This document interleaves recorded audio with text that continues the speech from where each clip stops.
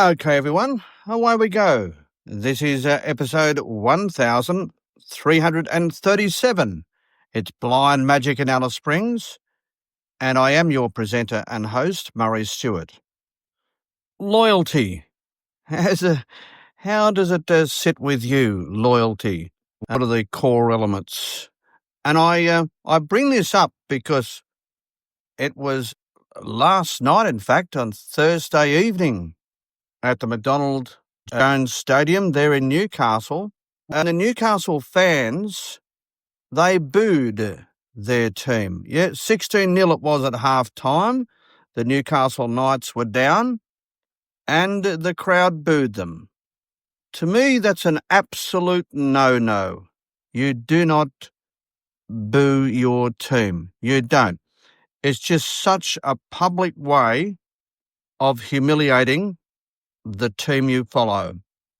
And Adam O'Brien said as much, the coach of the Knights. He said as much at the end of the game. Yeah, he was disappointed. And I noticed at some stage today he put out another statement recoiling and saying that he apologised to the fans for what he said. And I say, come on, Adam. The boys are a bit tougher than that, surely. They can cop a little bit of... Well, the fans, I should say, a little bit tougher than that. Surely. And so are the boys, for that matter, in terms of any critique that may be given by the coach. I know there's a whole lot of stories going around about this. I know that some are suggesting that the boos were actually aimed at the coach himself, but I don't know, whatever it is, I'm not a big believer in booing your team. It's all about effort, and I'm sure the effort was there, and that's all you ever ask for from your team. And I can tell you, I won't be booing my team, the Mighty Saints, and all the Knights for that matter. Formerly from Newcastle, so I do still have a soft spot for them. And no, that's not my thing. Absolutely not my thing to boo my team. And yes, it was, in my view, the embarrassment was on the fans.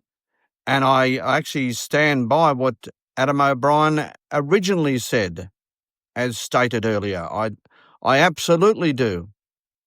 But also, loyalty, I think, when it comes to a relationship, is also exceedingly important. I have said on many occasions that all of the ladies that I've ever loved, I remain loving. I do. You'll never hear me speak a bad word about any of them. I think that's poor form. I do. When you are living with a lady, you know all sorts of things about her that you are privileged to know. And therefore, in my view, those things are not for public utterance. Not now, not then, and not ever. And there's nothing worse, is there, than going to a dinner party and hearing, a husband, wife, girlfriend, partner having a go at their partner. There's actually absolutely nothing worse. I find that so disloyal. And when I hear it, I actually find myself intervening and saying, hey, look, that's too much information, not for this table. Yeah, I do let them know in no uncertain, or let the offending party know that in my view, that's not on. It's absolutely not on.